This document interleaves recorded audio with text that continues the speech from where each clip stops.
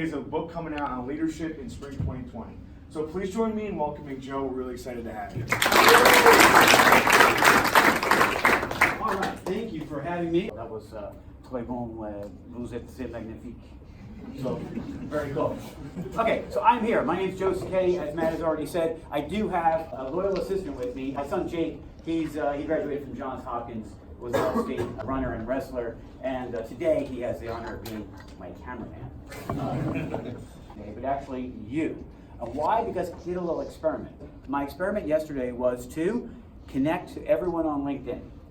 I looked at PSO on LinkedIn, which is going to be a little discussion we'll have later on creating your rock star image. And I saw everyone that I wasn't already connected to. And I'm already connected to Tanner and a bunch of the gang. And 15 of them responded back within a couple of hours and connected. And then a few more people looked at the profile. And then a few more people than that actually commented and said, hey, I'll see you tomorrow. So those are just good, great, and super great. So later on, we're going to talk about creating your rock star image. And it's really key, and it's really easy. It's super important for people that don't know you. And they get to know you fast. And in today's digital age, how long do you think that happens in? Like 2 minutes. With a story on leadership, which is an excerpt from a book called Leading Rangers coming out in the spring, which talks about military experiences in combat that are leverageable for today's business folks, specifically young leaders. And I would say that that's what this room is full of, right? So it literally is directed to you. I'm gonna give you a little look at that and just tell you a story. There's a lot of things that you learn from combat. They don't all have to do with shooting guns. They have to do with leadership and team building, and in some cases, selling. I'll just have you close your eyes for 1 second. Okay, imagine you're in the desert, and it's very, very hot, and it's a moonless night, and you're living currently not in a 4-star hotel, not in a tent, not on a cot, but you've dug a hole in the ground. We call that a foxhole. And after you dug it, you know what you did? You got in it, and that's where you've been living for 30 days. Okay, open your eyes. In 1991, it's Iraq, it's a relatively moonlit night, and we climb out of our foxholes to go on a mission. And as we're getting ready to go on a mission, I noticed that the squad leader, his name is Sergeant Mandeville, has an M203 grenade launcher as his weapon. Okay, now there's a couple things to note. One, 203 grenade launcher is a little on the heavy side. It requires a vest of grenades that weighs an extra 30 pounds. It's a little tricky to run around if you have to make a dash for it. The second thing to note is that a squad leader usually doesn't carry that piece of equipment. He usually carries a much lighter weapon. Now, me as the platoon leader at that time, I was a lieutenant. I was in charge of that squad. Squad A was going out that night. Sergeant Mandeville is the squad leader. So it's me and those 10 guys.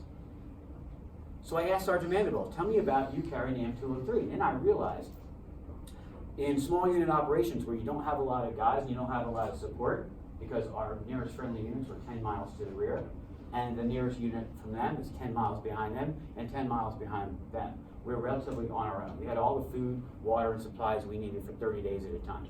And we got to live in a hole. So I think you get a good idea. But Sergeant Mandeville decided to carry that weapon because it adds a nice amount of punch. And I saw him out on the practice range, and he was getting practice from a little city site we had hastily set up, and he was thunking in these grenades for about 150 meters through windows. And I thought, my gosh, here's somebody that works for me, yet he has so much subject matter expertise. He is awesome. And I want to learn from the experts that surround me, whether someone works for you or you work for them. So I went to sell the armorer, and I said, I would like to carry an M203. His immediate response was, lieutenants don't carry those. And I said, well, this one does, and I'll tell you why. And I found myself selling it to somebody. And within 30 seconds, you've either sold or not sold. I walked out of the armorer's tent with a full vest of grenades and an M203, got proficient at it, not just that it was a toy, which without going into details came in quite handy. So that's just a little story in the military of how we have to sell something. One more story. We were in our operating post, and month dragged on after month, dragged on after month in Desert Shield. And we had been there a total of 5 months. And my unit was recon scouts. They're all Rangers, they're all highly qualified, the top soldiers that the Army has to offer. But we were sitting around, and if you don't practice those sales skills, practice what you're reading, history, math, whatever, it gets stale, right? And so you gotta stay up with it. And we just fell into the doldrums of getting up in the morning, and now my guys were being tasked 10-gallon drums of human waste. I mean, these are important things to do to keep a unit going, but not what I needed my top-notch Rangers to do. So I put my head together with my platoon sergeant, and we came up with the idea of something we called reverse training. Reverse training. And in the military, like in business, nomenclature reigns king, right? What's reverse training? The idea was that we would sleep in the day, and we would train at night. What's the benefit of sleeping in the day? We wouldn't have to do KP duty, latrine duty. We wouldn't have to do all these things that the guys were slipping into. We would get out at night when it was cooler and do our combat operations. Well, this is a great idea.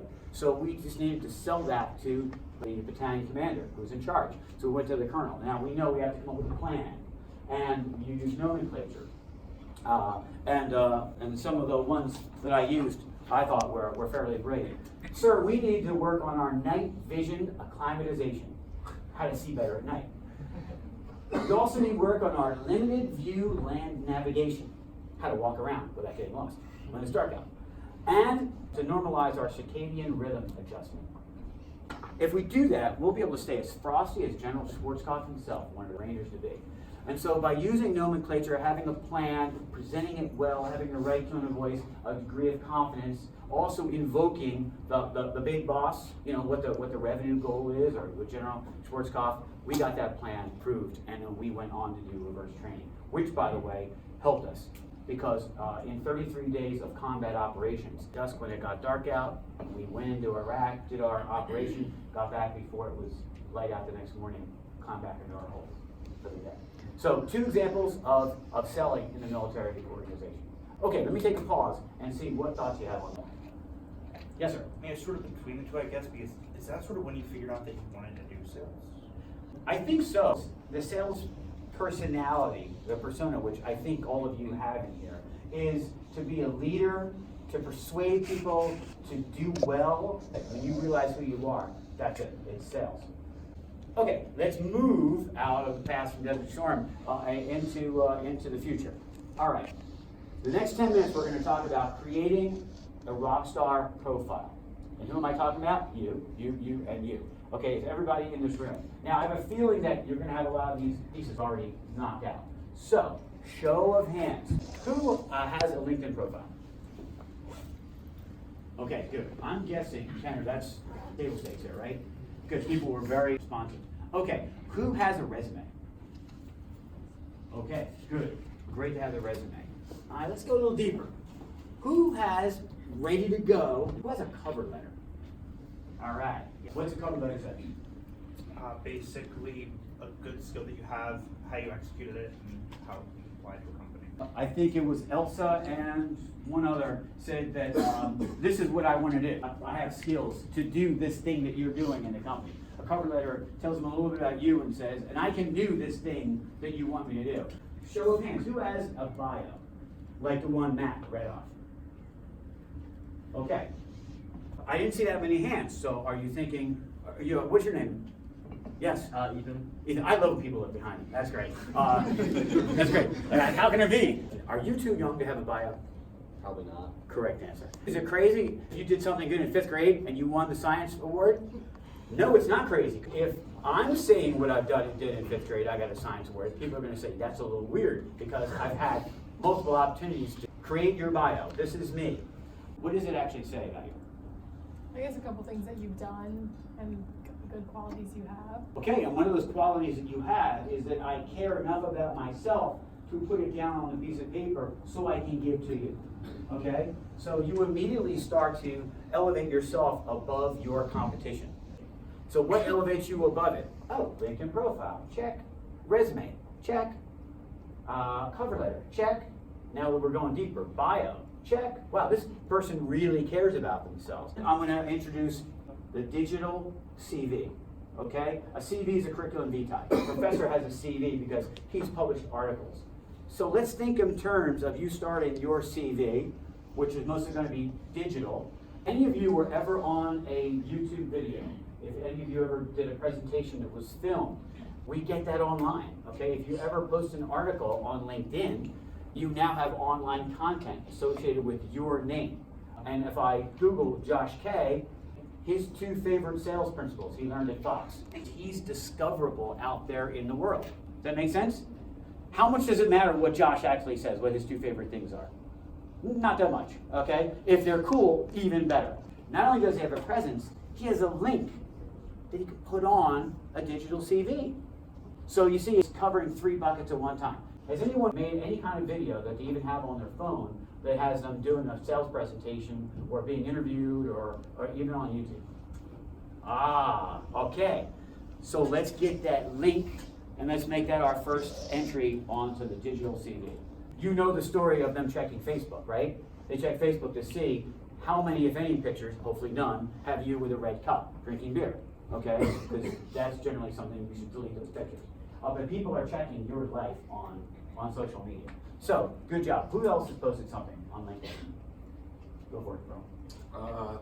When 9/11 happened, Right. I had like family that was part of it, and so I wrote a dedication for it. Okay, good. Original content. Excellent. So those 2 original contents. Who's ever reposted something they thought was really cool? As a podcast, but it was just one of his posts about like success and like leadership. And I Okay. just thought it was cool. Okay, great. So canvassing the room to see someone who would repost something, and that's a great point by Lissa. There's people doing all kinds of great stuff. Sooner or later, people get to know. You know what, Lissa, she posts some pretty cool stuff. Last week was a guy in Michigan, now it's from someone in South Africa. I like that. I'm going to tune in to her. Okay, so here's the call to action.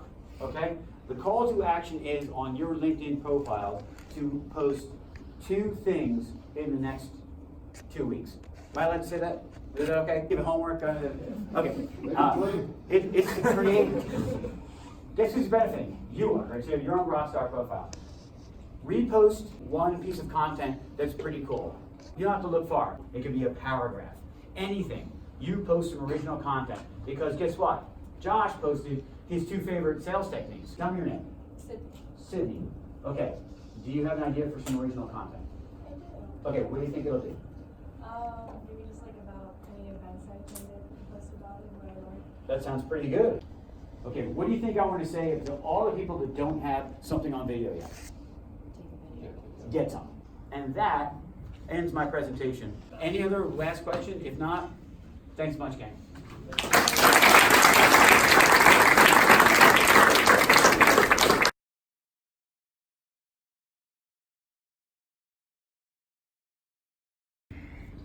Yes, sir. Do you think your time in the military helped you be like more organized when you took your like professional career in sales? Okay, that's a good question. Tell me your name. Patrick Donner.